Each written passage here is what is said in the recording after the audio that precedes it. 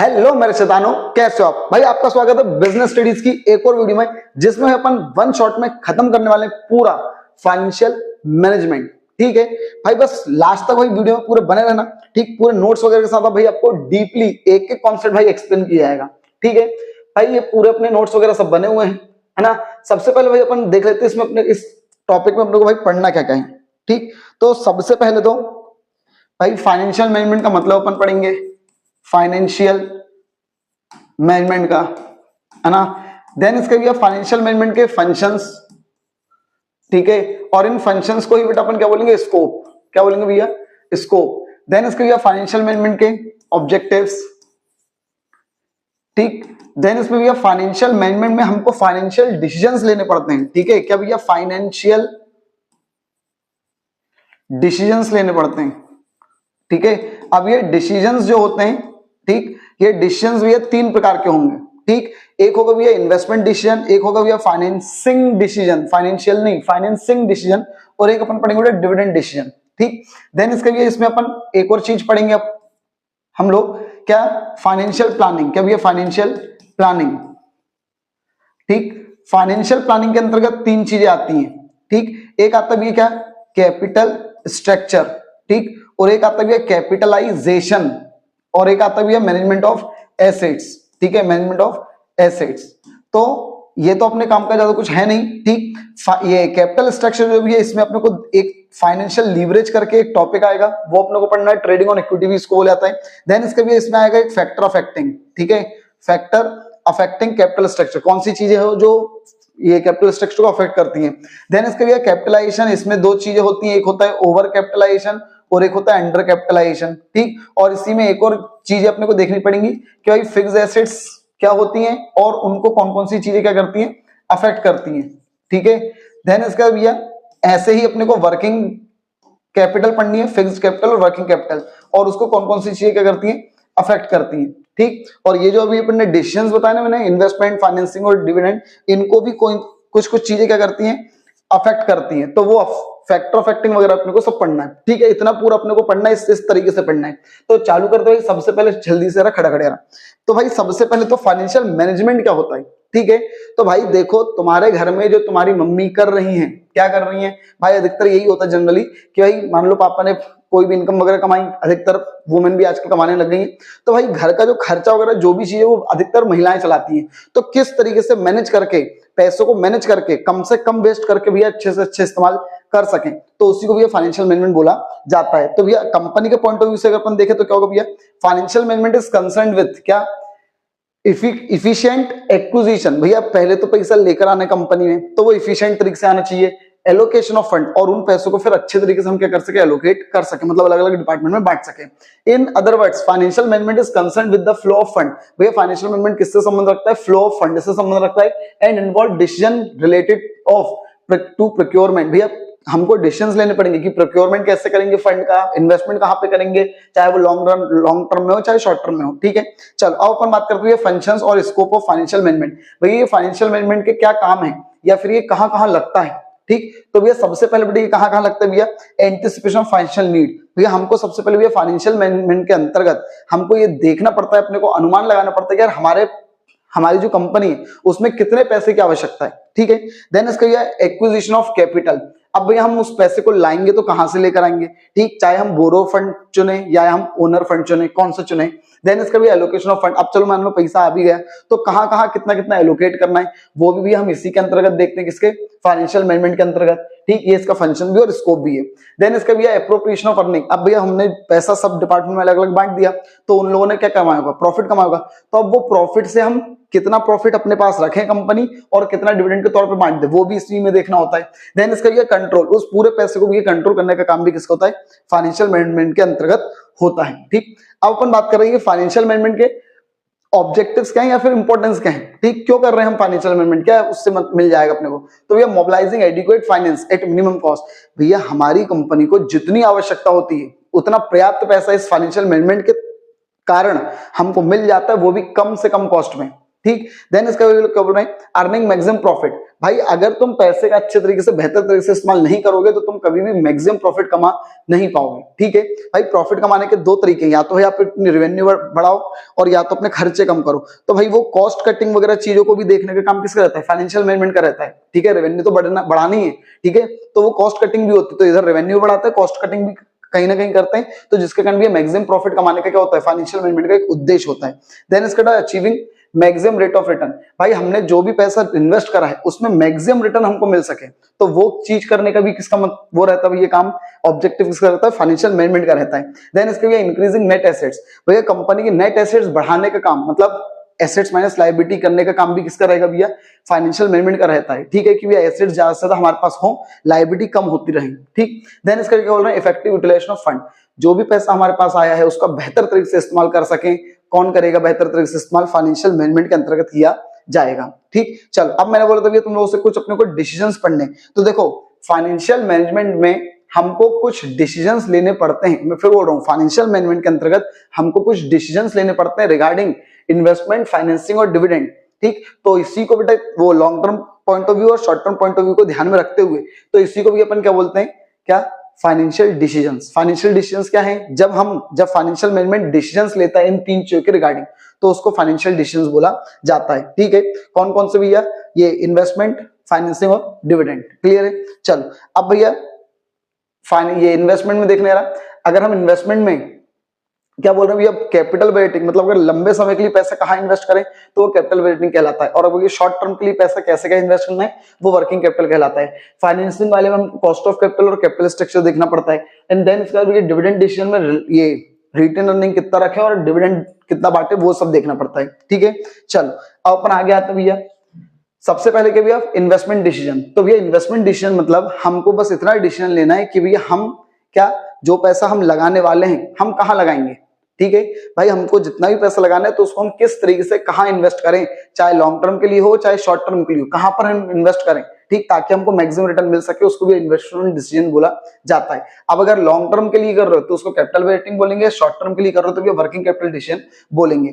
अब ऐसे कौन से पॉइंट है जिनके आधार पर भी हमारा इन्वेस्टमेंट डिसीजन अफेक्ट करता है, ठीक है। मान लो हमको 10 करोड़ 15 करोड़ जितने भी इन्वेस्ट करने, तो यार यहाँ पे इन्वेस्ट करूं या ना करूं, तो ऐसा कौन से कारण है जिसके कारण मुझको डिसीजन लेना पड़, मतलब डिसीजन अफेक्ट हो रहा है कि कभी कभी लगता है हाँ यार कर देता इन्वेस्ट, कभी लगता नहीं यहाँ पे इन्वेस्ट मत करो। ऐसे कौन से पॉइंट है, तो चलो भैया सबसे पहला बेटा पॉइंट क्या है, ये कुछ तीन एक पॉइंट है। सबसे पहले बेटा cash flow of the project. भाई अगर कोई ऐसा प्रोजेक्ट है जिसमें भैया कैश फ्लो आना है, मतलब तुरंत तुमने थोड़ा थोड़ा पैसा लगाते होगे और पैसा थोड़ा थोड़ा आना आना होता रहेगा, तो भैया तुम उसमें इन्वेस्टमेंट करोगे।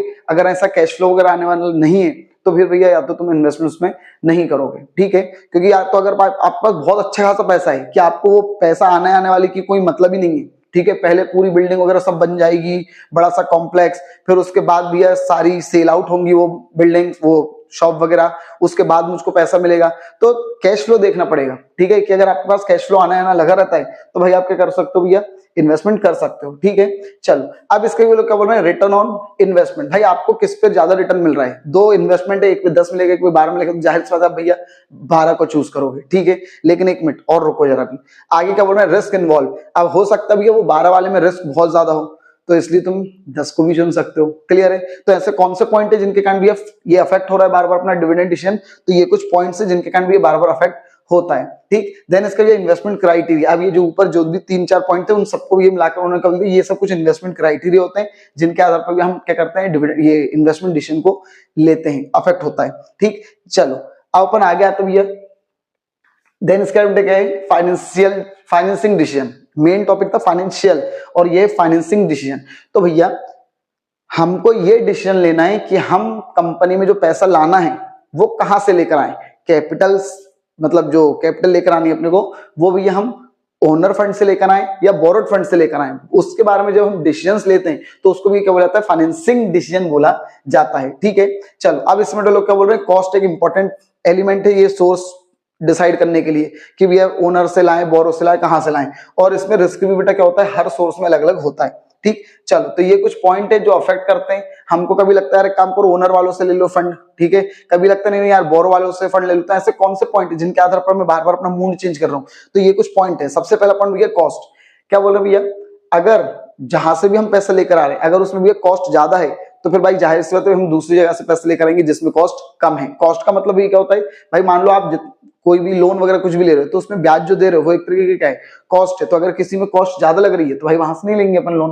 देन इसका क्या है, रिस्क। भाई कुछ चीजें ऐसी होती है जिनमें भी ये रिस्क हो ज्यादा होगा। तुम लोन तो ले रहे हो, तुमको सस्ते रेट में मिल रहा हो सकता मान लो, लेकिन उसमें रिस्क होगा शायद से ज्यादा, तो फिर भी अपन क्या करेंगे, वहां से भी ये पैसा नहीं लेंगे। देन इसका भी कैश फ्लो पोजीशन, सेम वही चीज। अगर आपकी कंपनी भी पैसा आने आना लगा रहता है, ठीक है, तो आप भैया लोन वगैरह कुछ भी ले लो, डिवेंचर से पैसा ले लो, क्योंकि आप ब्याज तुरंत चुका दोगे। लेकिन अगर आपकी कंपनी में पैसा आने आना लगा नहीं रहता तो फिर भी इक्विटी से पैसा ले लो, ओनर फंड वालों से, क्योंकि उनको पैसा चुकाना नहीं पड़ता है हर रोज। ठीक। देन इसका क्या बोल रहे हैं, कंट्रोल कंसिडरेशन। भाई अगर तुम पूरा कंट्रोल अपने हाथ में रखना चाहते हो, ठीक है, तो भाई तुम क्या करो, डिवेंचरों से पैसा लो, ठीक है, क्योंकि तुम इक्विटी वाले, तुम मालिक हो ना।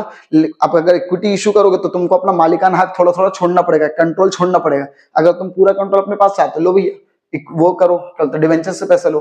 फ्लोटिंग कॉस्ट, बेटा फ्लोटिंग कॉस्ट भैया वो लोग क्या बोल रहे हैं, it refers to the cost involve issue of क्या बोलते हैं, सिक्योरिटी। भैया जो भी अपन सिक्योरिटी वगैरह इशू करते हैं, डिवेंचर शेयर जो भी, तो उसमें कुछ कई बार ब्रोकर वगैरह को कुछ पैसा देना पड़ता है, कमीशन होता है, अंडरराइटर, ये सब खर्चे होते हैं। ठीक है, लोन लेते हैं तो प्रोसेसिंग चार्ज, फाइल चार्ज, ये सब तो उन पर भी डिपेंड करता है कि फर्म कितना फ्लोटिंग चार्ज दे सकती है, नहीं दे सकती है। ठीक है, वो अगर कम रहेगा तो हम वहां से लेंगे। ठीक, चल देन इसका वो लोग क्या बोल रहे हैं, आगे आते हैं। अब भैया फिक्स्ड ऑपरेटिंग कॉस्ट। भाई अगर आपकी ऑपरेटिंग कॉस्ट जो है, मतलब काम करने में जो पैसा लगता है, अगर वो फिक्स्ड ऑपरेटिंग कॉस्ट क्या भैया, अगर वो हाई है, ठीक है, high operating cost, then they must prefer owner fund. अगर भैया आपका जो कंपनी चलाने में ही आपका पैसा बहुत ज्यादा लग जाता है तो भैया आप ओनर से पैसा लो। क्यों? क्योंकि आप रोज डिवेंचर का वो ब्याज वगैरह नहीं दे पाओगे हर महीने। ठीक, देन इसका ये बोल रहे हैं क्या, स्टेट ऑफ कैपिटल मार्केट। भैया कैपिटल मार्केट की क्या स्थिति है, उस पर भी क्या करेगा भैया, फाइनेंशियल डिसीजन अफेक्ट करेगा। अगर भी मार्केट बहुत ऊपर चल रहा है तो लोग अधिकतर इन्वेस्ट करते हैं किसमें, इक्विटी में, तो कंपनी को इक्विटी से ही पैसा मिलेगा। ठीक है, और अगर डिप्रेशन में चल रहा है तो डिवेंचर से पैसा मिल जाएगा। अब अपन बात करते हैं डिविडेंड डिसीजन। देखो मैं फिर से बोल रहा हूँ, बहुत ध्यान से सुनना। सबसे पहले भी अपन ने क्या पढ़ा, इन्वेस्टमेंट डिसीजन, कि यार मेरे पास अगर पैसा होगा तो मैं कहाँ इन्वेस्ट करूंगा, उस बारे में मैंने डिसीजन लिया। फिर यार वो पैसा मैंने डिसीजन ले लिया कि हाँ यार यहाँ इन्वेस्ट करूंगा। अब वो मैं पैसा कैसे लेकर आऊंगा, ओनर से या बोरो से, वो डिसीजन किसमें लिया था मैंने, फाइनेंसिंग वाले में। अब मैं बात कर रहा हूँ भाई, मैंने पैसा भी उठा लिया मार्केट में और इन्वेस्ट भी कर दिया मैंने, फिर इसका भी अब मुझको प्रॉफिट हुआ, तो भाई प्रॉफिट को क्या करना, मान लो 100 रुपए का प्रॉफिट हुआ तो कंपनी क्या करती है, या तो पूरा का पूरा 100 रुपए डिविडेंड बांट दो, ठीक है, या फिर एक काम को, नहीं यार भाई 60 रुपए डिविडेंड बांट देते, 40 फ्यूचर के लिए रख लेते हैं। तो ये जो निर्णय लेना है, ठीक है, कि कितना बांटे और कितना ना बांटे, उसको ही बेटा क्या बोला जाता है, डिविडेंड डिसीजन बोला जाता है। क्लियर है भैया? ठीक, तो सबसे पहले तो डिविडेंड क्या होता है, तो भैया डिविडेंड एक पार्ट होता है प्रॉफिट का। ठीक है, और भैया बोलो क्या बोले, डिविडेंड डिसीजन मतलब क्या होता है भैया, हमको ये डिसीजंस लेने कि भैया हम प्रॉफिट को जो हुआ है उसको एप्रोप्रिएशन के तौर पे हम रख लें अपने पास या डिविडेंड के तौर पे बांट दें। ठीक, चलो अब इसको बेटा कौन कौन से पॉइंट अफेक्ट करते हैं, तो भैया सबसे पहला पॉइंट अर्निंग। अगर तुम्हारी भयंकर अर्निंग होती है हर हमेशा, है ना, तो भाई तुम क्या कर सकते हो, ज्यादा से ज्यादा डिविडेंड दे सकते हो, और अगर नहीं होती तो फिर भाई दिक्कत हो जाएगी। देन इसका फिर स्टेबिलिटी ऑफ अर्निंग। देखो तो कमाना और हर रोज कमाना, मतलब हर साल कमाना, तो उसको फर्क होता है। अगर भैया आपने किसी साल ज्यादा कमाया तो ज्यादा डिविडेंड दोगे, कम कमाए तो कम। लेकिन स्टेबिलिटी वाले में क्या भैया, अगर तुम निरंतर हर साल पैसा अच्छा खासा कमाते रहते हो, ठीक है, तो भाई तुम डिविडेंड हर साल दे सकते हो, ठीक है, और दे ही सकते हो अच्छे से। ठीक है, लेकिन भैया अगर तुम्हारी स्टेबिलिटी ऊपर नीचे है कि भैया कभी प्रॉफिट होता है कभी लॉस होता है, स्टेबिलिटी नहीं अच्छी, तो भैया फिर आप डिविडेंड मत दो, कम दो, या तो फिर दो ही मत। ठीक, देन इसके लोग क्या बोल रहे हैं, कैश फ्लो पोजीशन, सेम वही पॉइंट भैया, अगर आपकी कंपनी में कैश फ्लो आना लगा रहता है, ठीक है, तो आप डिविडेंड खुश होकर दो, कोई दिक्कत नहीं है। ठीक, चलो देन इसके भैया आगे बढ़ते हैं, ग्रोथ अपॉर्चुनिटीज। भैया अगर आपके सामने, कंपनी के सामने आगे जस्ट अभी 1 साल 6 महीने बाद भैया ग्रोथ की कोई अपॉर्चुनिटी, कहीं पे पैसा लगाने के लिए आपको अपॉर्चुनिटी मिलेगी, तो तुम भैया अपना पैसा बचाकर रखो, डिविडेंड में मत बांटना। देन इसके लिए बोल रहे हैं स्टेबिलिटी ऑफ डिविडेंड। भाई अगर कुछ कंपनी होती है कि नहीं, वो चाहती है यार हम तो हमारे डिविडेंड को स्टेबल रखेंगे, हर साल इतना इतना तो देंगे, ठीक है, जैसे पीएसयूज वगैरह जो होती है, पब्लिक सेक्टर यूनिट जो होती है, तो भैया वो क्या करती है, हर साल डिविडेंड देती है। ठीक, तो ये वो क्या बोल रहे हैं, जैसी स्टेबिलिटी अगर आपकी है तो उस हिसाब से डिविडेंड दे दो आप भैया। बेटा देन इसका प्रेफरेंस ऑफ शेयर होल्डर। भाई जो शेयर होल्डर क्या चाहते हैं उस पर भी डिपेंड करेगा। ठीक है, चलो देन इसका भी बोल रहे हैं टैक्सेशन पॉलिसी। भैया टैक्सेशन पॉलिसी कैसी है अपने देश में, उस पर भी क्या करेगा भैया, डिविडेंड देना क्या करेगा, डिपेंड करेगा। The rate of dividend also depend on the taxation policy of the government. If the tax rate is high, अगर टैक्स रेट ज्यादा है देन कंपनी प्रेफर पे लेस डिविडेंड। अगर टैक्स ज्यादा है तो डिविडेंड कम देती है कंपनी। ठीक है, चलो आगे बोल रहे हैं बेटा access to market consideration, if capital market can easily be assessed, अगर भैया हम कैपिटल मार्केट में आसानी से पैसा उठा सकते हैं, और approach then raise capital by approaching capital market, तो हमको ये कैपिटल मार्केट से हम पैसा उठा लेंगे। But if it is difficult for company to approach capital market then company में यूज रिजर्व। तो ये क्या होगा भाई, अगर तुम कंपनी मतलब जो मेरी कंपनी मान लो, अगर मैं कैपिटल मार्केट से आसानी से पैसा उठा सकता हूँ, अच्छी खासी कंपनी मेरी बड़ी, तो फिर मेरे को डिविडेंड वगैरह ये पैसे जो बचा कर रखने की जरूरत नहीं पड़ेगी, मैं डिविडेंड के तौर पे बांट दूंगा। लेकिन अगर मैं नहीं जा सकता हूँ अपने कैपिटल मार्केट में, मुझको बहुत प्रॉब्लम होती है भाई, मेरी छोटी मोटी कंपनी, तो फिर भी मैं क्या करूंगा, ये डिविडेंड बांटूंगा नहीं, अपने पास रखूंगा, एप्रोप्रिएशन। बेटा देन इसका लीगल रेस्ट्रिक्शन, भैया कंपनी क्या होती है, कई बार लीगल रेस्ट्रिक्शंस भी होते हैं कि भैया तुम पहले हमारा लोन चुका दो, उसके बाद डिविडेंड दे देना। तो उसके कारण भी क्या होती है, कंपनी डिपेंड करती है डिविडेंड देगी या नहीं देगी। कॉन्ट्रेक्चुअल कॉन्स्टेंट्स मतलब क्या भैया, when companies take long term loan then the financial में पुट सम रेस्ट्रिक्शन, सेम अभी जो अभी बताया वैसा का वैसे ही पॉइंट ये वाला है। देन इसका क्या कर रहे हैं, stock market reaction, the declaration of dividend, भैया कई बार क्या होता है जब डिविडेंड डिक्लेयर होता है तो उसके स्टॉक पर क्या होता है, इंपैक्ट होता है। As increase in the dividend is taken a good news, भैया जैसी कंपनी डिविडेंड देने वाली है तो उसके प्राइस पहले तो बढ़ जाते हैं और फिर अपने आप वापस से कम हो जाते हैं। ठीक है, चल अब इसका भैया आगे आते हैं फाइनेंशियल प्लानिंग। ठीक है, तो देखो प्लानिंग आप लोगों ने पढ़ा था, प्लानिंग मतलब क्या भैया, हम सोचते हैं कि यार हम भविष्य में कैसा क्या करेंगे, ठीक है, कौन करेगा, कब करेगा, कैसे करेगा, सारे ऑब्जेक्टिव बना लेते हैं, पॉलिसी बना लेते हैं, प्रोसीजर बना लेते हैं फ्यूचर को अचीव करने के लिए। ठीक, तो भैया हम यहाँ पे गोल पॉलिसी सब बनाएंगे, लेकिन किसको ध्यान में रखते हुए, फाइनेंस को। ठीक है, तो भैया फाइनेंशियल प्लानिंग मतलब ये क्या, जब हम फाइनेंस के लिए गोल बनाते हैं, ऑब्जेक्टिव बनाते हैं, पॉलिसी बनाते हैं, प्रोसीजर बनाते हैं, रूल्स बनाते हैं, ठीक, तो भैया उसको क्या बोला जाता है, फाइनेंशियल प्लानिंग बोला जाता है। ठीक है, financial planning refers to the process of determining, क्या ऑब्जेक्टिव होने चाहिए, क्या पॉलिसी, क्या प्रोसीजर, लेकिन सब किसके रिगार्डिंग होने चाहिए, फाइनेंशियल एक्टिविटीज के रिगार्डिंग। ठीक है, तो उसको भी क्या बोला जाता है, फाइनेंशियल प्लानिंग बोला जाता है। देन इसका इसमें तीन चीज होती है, कैपिटलाइजेशन, हाउ मच, कितना पैसा हमको चाहिए, कैपिटल स्ट्रक्चर मतलब कहां से वो पैसा लेकर आना है, और मैनेजमेंट ऑफ एसेट्स का मतलब होता है प्रॉपर जो अब हमारे पास पैसा आ गया तो उसको किस तरह से यूटिलाइज करेंगे। तो ये तीन चीज होती है। तो सबसे पहले फाइनेंशियल प्लानिंग के इंपॉर्टेंस क्या है, तो सबसे पहले बेटा एक facilitate collection of optimum fund, भाई अगर हम फाइनेंशियल प्लानिंग अच्छे से करके रखेंगे तो हमारे पास भैया क्या, ऑप्टिमम पैसा जो हमको चाहिए, पर्याप्त मात्रा में, भरपूर मात्रा में जो पैसा चाहिए वो हमारे पास आ जाएगा अगर हम प्लानिंग करके रखेंगे तो। ठीक, it help in fixing the most appropriate capital structure, भैया फाइनेंशियल प्लानिंग में हम क्या करते हैं, डिसाइड करते हैं कि यार शेयर से इतना पैसा ले लेते हैं, डिवेंचर से इतना ले लेते हैं। मान लो 100 रुपए मुझको मेरी कंपनी में चाहिए, तो भैया मैं 60% डिवेंचर से ले लूं, 40 शेयर से ले लूं, ऐसा कुछ कर लूं क्या। तो एक अच्छा प्रॉपर कैपिटल स्ट्रक्चर बनाने में कौन मदद करता है, फाइनेंशियल प्लानिंग मदद करता है। ठीक, देन इसका help in investing finance in right project, भाई फाइनेंशियल प्लानिंग एक और चीज में मदद करता है, भाई हमारे पास जो पैसा है उसको हम बहुत ही अच्छे प्रोजेक्ट में कैसे इन्वेस्ट कर दें। ठीक, तो वो भी इसमें डिपेंड, वो भी इसमें क्या होता है, फायदा होता है। हेल्प इन ऑपरेशनल एक्टिविटीज, भैया फाइनेंशियल मैनेजमेंट हमको ऑपरेशनल एक्टिविटी में भी क्या करता है भैया, मदद करता है। भाई मान लो ऑपरेशन एक्टिविटी में बहुत ज्यादा पैसा खर्च वगैरह हो रहा है, तो फाइनेंशियल प्लानिंग के द्वारा हम उसको कम कर सकते हैं। ठीक, देन इसका वो लोग क्या बोल रहे हैं, बेस फॉर फाइनेंशियल कंट्रोल, भाई फाइनेंशियल प्लानिंग के द्वारा ही हम फाइनेंशियल कंट्रोल कर सकते हैं। ठीक है, planning is the origin of controlling, पढ़ा था अभी कंट्रोलिंग वाले चैप्टर में।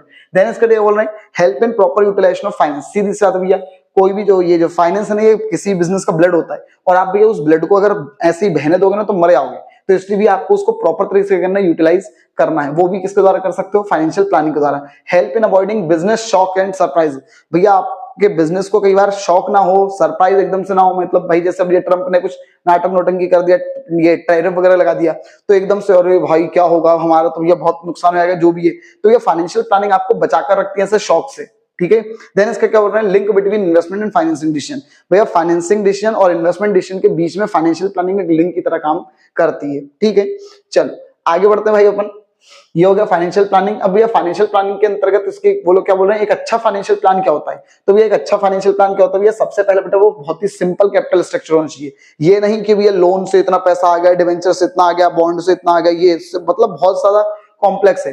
ठीक है, तो इतना कॉम्प्लेक्स नहीं होना चाहिए। ठीक, बहुत ही सिंपल आपका फाइनेंशियल प्लान होना चाहिए। बेटा फोर साइटेडनेस इन प्लानिंग, जब आप प्लानिंग करो तो भैया आपका क्या होना चाहिए, फोर साइटेडनेस होनी चाहिए, मतलब दूरदर्शिता को ध्यान में रखते हुए। ठीक है, नहीं तो अभी के बारे में बस सोच रहे हो, अभी तो बस भैया तुम जल्द ज्यादा से ज्यादा लोन ले लो, हमको बहुत जरूरत है, भले वो 20% पे मिल रहा है, तो भाई बहुत दिक्कत हो जाएगी। ठीक है, फ्यूचर को ध्यान में रखते हुए लेना चाहिए आपको कोई भी फाइनेंशियल डिसीजन। ठीक है, चलो देन इसका क्या, optimum use of available resources, भैया जो रिसोर्सेज हैं उनका प्रॉपर तरीके से इस्तेमाल हो सके, ऐसा आपको भी फाइनेंशियल प्लानिंग होना चाहिए। ठीक, एक अच्छा फाइनेंशियल प्लान। फ्लेक्सिबल, भैया फाइनेंशियल प्लान कैसा चाहिए, फ्लेक्सिबल होना चाहिए, मतलब अगर कोई सिचुएशन आई तो हम अपने प्लान को थोड़ा सा चेंज कर सके, उसमें कम से कम इतनी गुंजाइश रहनी चाहिए।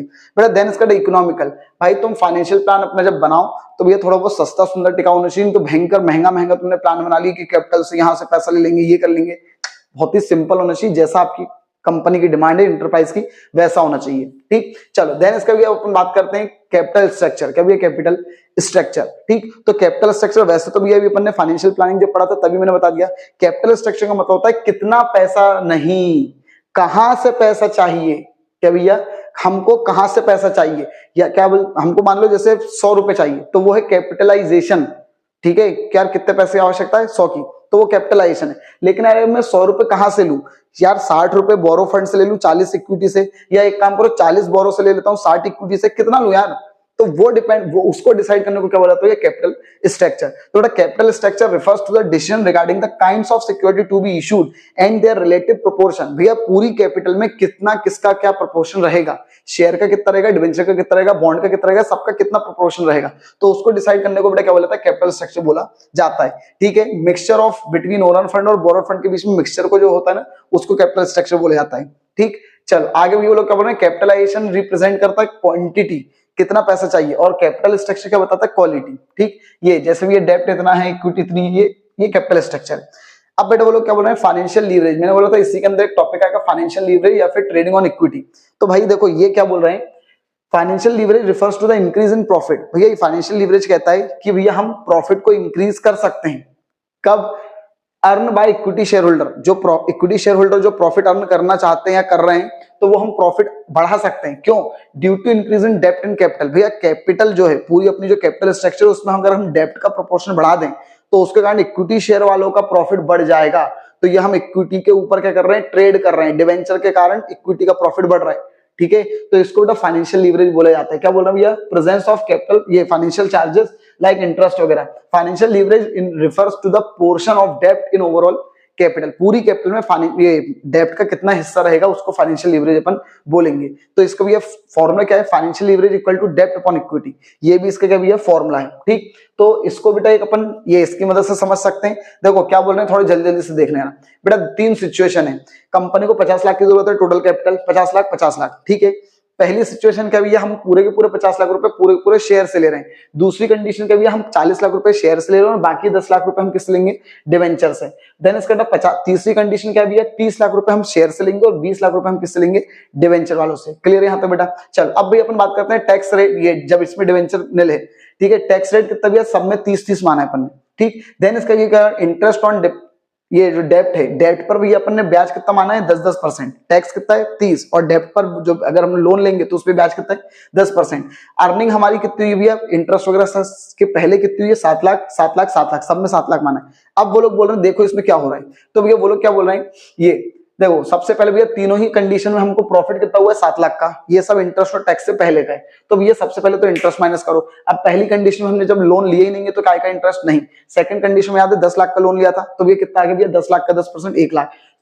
सेकंड कंडीशन में क्या था भैया, 2 लाख लोन लिया था, वो 20 लाख, तो 20 लाख का बेटा 10% 2 लाख, तो बेटा माइनस कर दिया। तो हमारा बेटा ईबीटी, अर्निंग बिफोर टैक्स कितना आ गया, 7 लाख। कोई दिक्कत नहीं, इसका 6 लाख हो गया यार, क्योंकि टैक्स देना पड़ेगा इसमें भी, वो सॉरी टैक्स बोल रहा हूँ, इंटरेस्ट देना पड़ेगा इसमें। बेटा इंटरेस्ट कितना है, 2 लाख, तो बेटा प्रॉफिट कितना बचा, 5 लाख। चलो अब बेटा वो लोग क्या बोल रहे हैं, क्या अब टैक्स देना है, तो 30% टैक्स माइनस कर दो, तो बेटा 7 लाख का 30% 2 लाख 21, 6 लाख का 1 लाख 80, 5 लाख का 1,50,000। ठीक है, अब भैया ये क्या निकल गया, माइनस कर दिया, तो बेटा ये 4,90,000, 4,20,000, वो 3,50,000, ये क्या आ गया, ईएटी, अर्निंग आफ्टर टैक्स। अब ये क्या हुआ है, अपने पास टोटल कितने शेयर थे उनसे डिवाइड कर दो। तो देखो जब हम जितने भी शेयर थे उनसे डिवाइड करेंगे भाई, ये 4,90,000 रुपए आया प्रॉफिट, और हमारे पास बेटा पूरे के पूरे 50 लाख कैपिटल थी, मतलब कितने शेयर थे, 5 लाख शेयर थे। ठीक है भाई, 50 लाख कैपिटल थी और कितने शेयर, कितने रुपए का एक शेयर था, 10 रुपए का एक शेयर, तो शेयर कितने हुए, 5 लाख शेयर, कितने शेयर हो गया, 5 लाख। तो जब मैं डिवाइड करूंगा तो बेटा कितना आएगा, 0.98, मतलब हर एक शेयर पर कंपनी कितने रुपए कमा रही है, कोई भी शेयर होल्डर है मान लो उसके पास एक शेयर है तो उसको बेटा कितने रुपए मिल रहे हैं, 0.9। फिर भैया सेकंड कंडीशन में हमने 10 लाख रुपए का तो लोन लिया था, तो 40 लाख रुपए के शेयर थे और एक शेयर कितने का था, 10 का था, मतलब डिवाइड करूंगा तो कितने शेयर आएंगे, 4 लाख। तो भैया 4 लाख से मैंने डिवाइड करा तो कितना है 1.05, हर शेयर इतने 1 रुपए 5 पैसे कुछ कमाएगा। देन इसमें क्या था भैया, हमने 20 लाख रुपए लोन लिया था, तो मतलब शेयर कितने थे, सिर्फ 30 लाख के शेयर थे, और एक शेयर 10 रुपए का था, तो मतलब शेयर कितने थे टोटल, 3 लाख शेयर थे।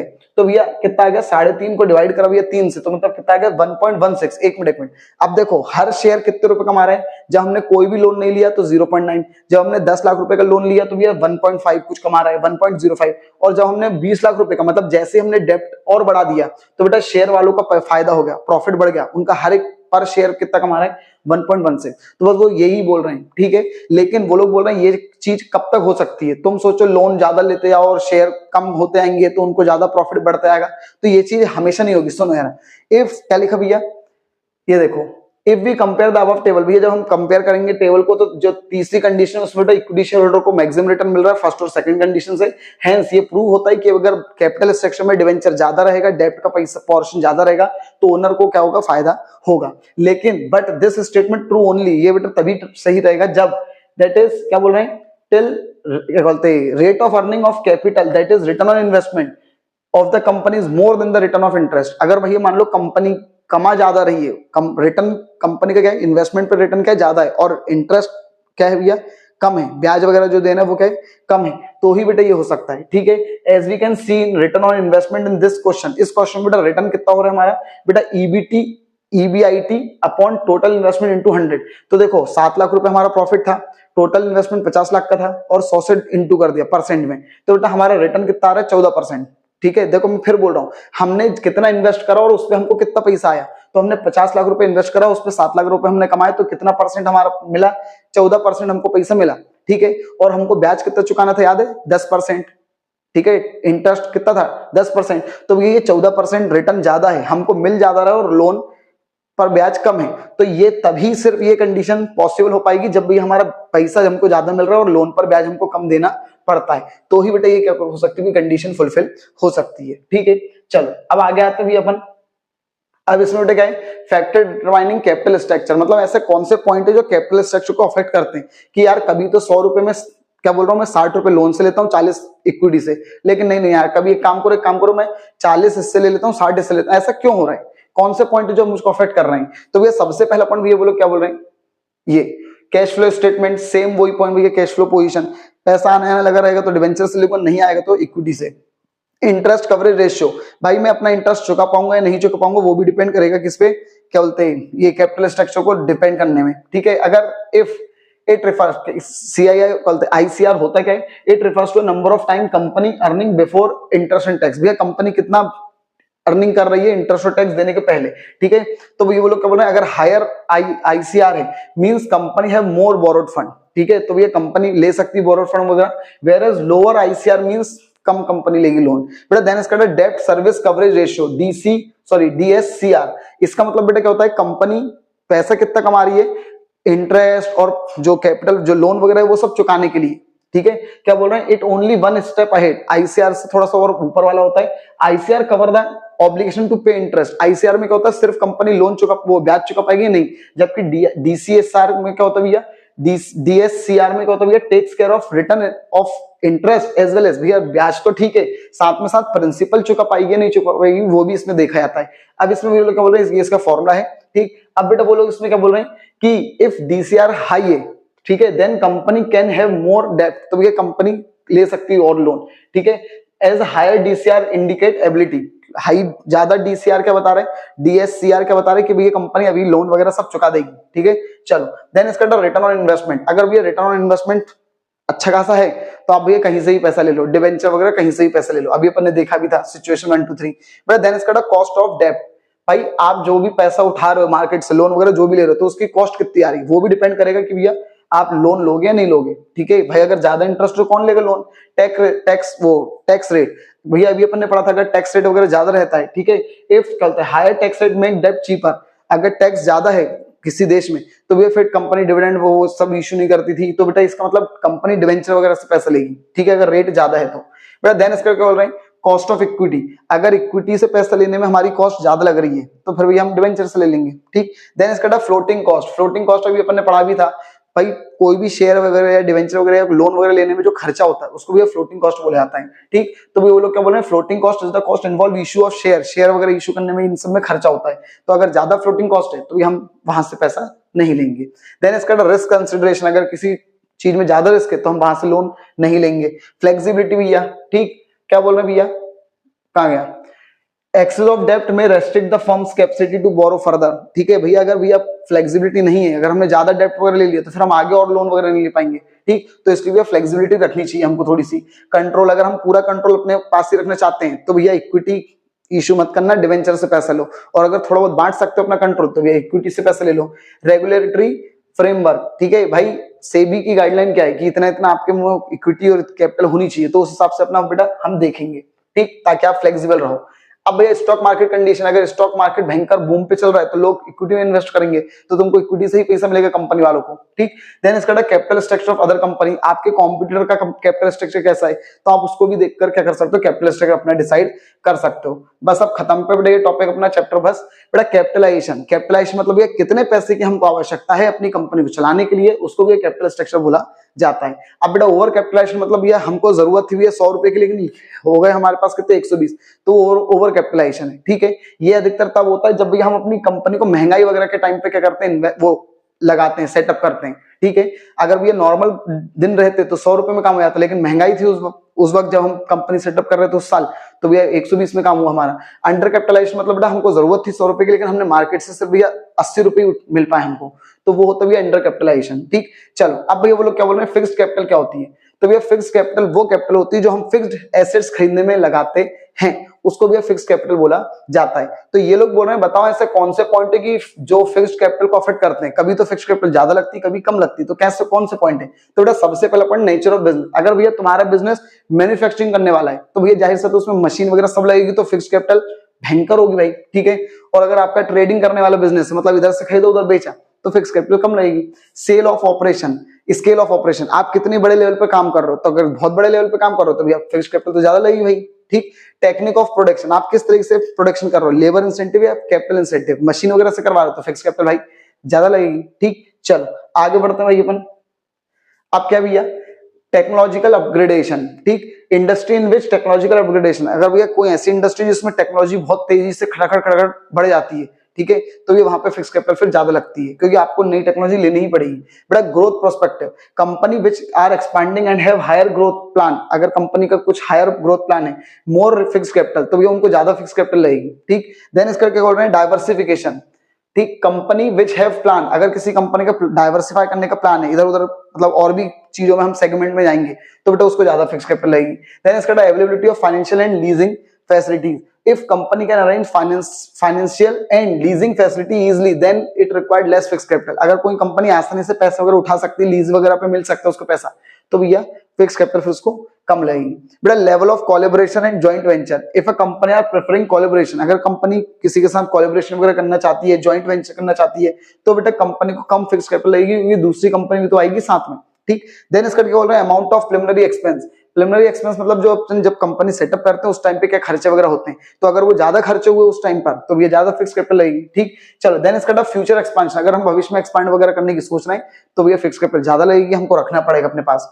अब बेटा अपन बात करते हैं वर्किंग कैपिटल क्या होता है, तो भैया वर्किंग कैपिटल वो कैपिटल होती है जो भैया नॉर्मल बिजनेस को चलाने में पैसा लगता है, उस कैपिटल को भी वर्किंग कैपिटल बोला जाता है, ठीक है। क्या बोल रहे हैं, working capital refers to the capital which is utilised for meeting current liability, current की जो लायबिलिटी उसको फुलफिल करने में क्या होता है, ये वर्किंग कैपिटल लगती है, ठीक है। चलो तो भैया जैसे भी कच्चा माल वगैरह खरीदना है, लेबरों को वेजेस वगैरह देना है, तो वो सब करंट उसमें आता है। बेटा working capital refers to, working capital मतलब क्या है, excess of current assets over current liability, ये इसका फॉर्मूला भी है। अब बेटा वर्किंग कैपिटल कितने के प्रकार की होती है वो अपन देख लेते हैं। भाई वर्किंग कैपिटल दो प्रकार की होती है, ग्रॉस और नेट। ग्रॉस मतलब भैया it refers to the investment in all current assets, ठीक है।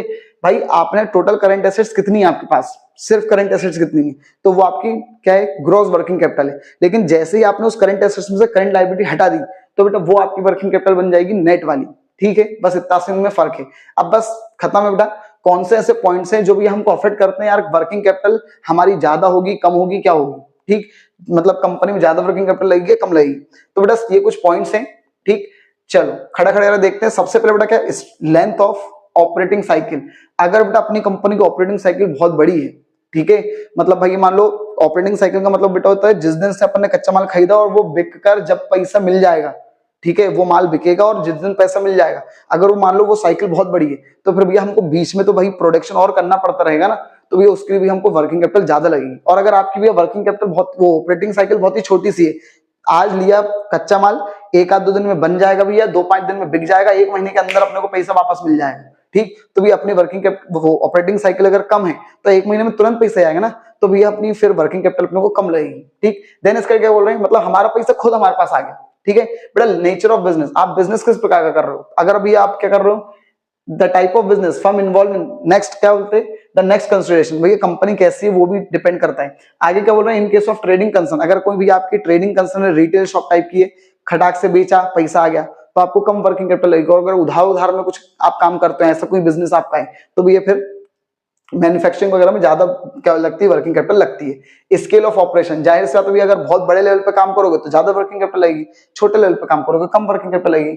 क्या भैया बिजनेस साइकिल फ्लक्चुएशन, बेटा during boom period the market is flourishing, जब अच्छा मस्त मार्केट चलता है ऊंचाइयों पर, तो बेटा मार्केट क्या होता है, फ्लरिश करता है। सो मोर डिमांड, मोर प्रोडक्शन, मोर स्टॉक, तो ज्यादा डिमांड रहेगी, ज्यादा प्रोडक्ट रहेगा, ज्यादा स्टॉक रखना पड़ेगा, तो ज्यादा भी हमको क्या, more debtors, which means more amount of working capital, तो ज्यादा डेटर होंगे तो ज्यादा वर्किंग कैपिटल हो जाएगी, रिक्वायर्ड रहेगी। और अगर ये डिप्रेशन के टाइम पर कम वर्किंग कैपिटल रहेगी, ठीक। चलो देन इसका भी क्या, सीजनल फैक्टर्स, भाई कई बार क्या होता है, भाई सीजन अगर है आपका, ठीक है, तो उस पर भी क्या करता है, वर्किंग कैपिटल डिपेंड करता है। The working capital requirement is constant of the for the company which are selling goods throughout the season, where is, भाई अगर पूरे साल भर आपका भैया मार्केट चलता है, सीजन चलता है, तो फिर भी आपको कम वर्किंग कैपिटल लगेगी, ठीक है। लेकिन where is the company are selling क्या, seasonal goods required huge amount, अगर सीजन वाले प्रोडक्ट बेचते हैं तो उनको ज्यादा वर्किंग कैपिटल लगेगी। बट देन इसका टेक्नोलॉजी एंड प्रोडक्शन साइकिल, भाई if a company is using labour incentive, अगर लेबर इंसेंटिव टेक्निक इस्तेमाल करोगे तो ये जाहिर सी बात है उनको वेजेस देना पड़ेगा, तो ज्यादा वर्किंग कैपिटल लगेगी भाई। बट देन इसका क्रेडिट अलाउड, भाई क्या बोल रहे हैं, क्रेडिट पॉलिसी रिफर्स टू क्या, average period for collection of sale proceed, ठीक। भाई क्या बोल रहे हैं, credit policy refers to the average period, कितना पीरियड है हमको पैसा माल बेचकर पैसा मिलने में, उसको ये क्रेडिट क्या बोलेंगे अपन, क्रेडिट पॉलिसी। आगे क्या बोल रहे हैं भैया, it depends on number of factor such as credit worthiness, ठीक है। भैया मान लो अगर तुमने मुझसे बोला सर हमको कलते मैं कुछ भी सामान बना रहा हूँ, तुमने मुझसे उधार मांगा, तो यार मैं कितने दिन के लिए तुमको उधार दे सकता हूँ, कितने महीनों के लिए दे सकता हूँ, तो वो तुम्हारी क्रेडिट वर्दीनेस पर डिपेंड करेगा, ठीक है। इंडस्ट्री नॉर्म्स पर डिपेंड करेगा कि उस इंडस्ट्री में कितने महीनों तक के लिए उधार असल में दिया जाता है, ठीक। तो उसको ये क्या बोला जाता है, कितने साल के लिए आपको क्रेडिट, कितने उसके लिए उधार पे आपको सामान दिया जा सकता है, उसको भी क्या बोला जाता है, क्रेडिट अलाउड बोला जाता है, ठीक है।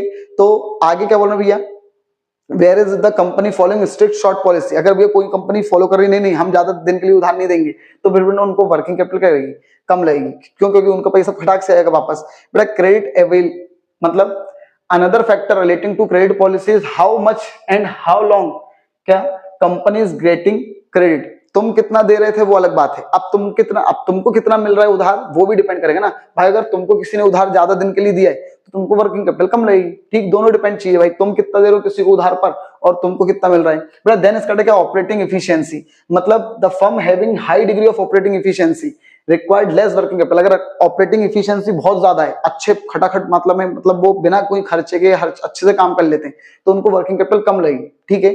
आगे बेटा लोग क्या बोल रहे हैं, availability of raw material, if raw material are easily available, अगर आसानी से रॉ मटेरियल वगैरह मिल जाते हैं तो बेटा क्या, supply of raw material and input firm can manage less working capital, भैया अगर आसानी से रॉ मटेरियल मिल जाता है तो कम वर्किंग कैपिटल में हम काम चला लेंगे, ठीक। बेटा लेवल ऑफ कंपटीशन, कैसा कंपटीशन है, if the market is competitive तो ज्यादा वर्किंग कैपिटल लगेगी, कम कॉम्पिटिटिव तो कम working capital.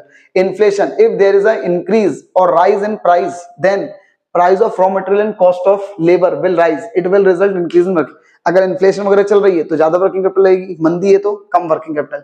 Growth prospective, firms planning to expand their activity will require more amount, अगर कोई कंपनी आगे बढ़ाना चाहती है, अपने बिजनेस को ग्रो करवाना चाहती है तो भी उसको ज्यादा वर्किंग कैपिटल लगेगी, नहीं चाहती तो कम में काम हो जाएगा, ठीक है। तो भाई ये अपना पूरा चैप्टर भी अपन ने वन शॉट में खड़ा खत्म कर लिया है, ठीक। आई होप भाई मैंने एक डाउट तुम्हारे भाई इस टॉपिक के इस चैप्टर से रिलेटेड कवर कर दिए होंगे, ठीक है। अगर ऐसा है भाई तो कमेंट करके बताओ, और अगर कोई भी डाउट है तो भी आप भाई कमेंट कर सकते हो कि सर ये वाला हमको डाउट है, क्लियर है, ठीक। ऐसे भाई वीडियोस टाइम टू टाइम आपको मिलती रहेंगी, ठीक है। थोड़ा सा पोस्टपोन हो रही हैं चीजें, ठीक, बट फिर भी अपन ट्राई करेंगे कि भाई चीजें टाइम टू टाइम होती रहें, ठीक है। बस इस तरीके से भाई प्यार दिखाते रहिए, चैनल को भाई सपोर्ट करते रहिए, जितने ज्यादा लोग तक भैया पहुंचा सकते हो चैनल को पहुंचाओ। ठीक है, थैंक यू।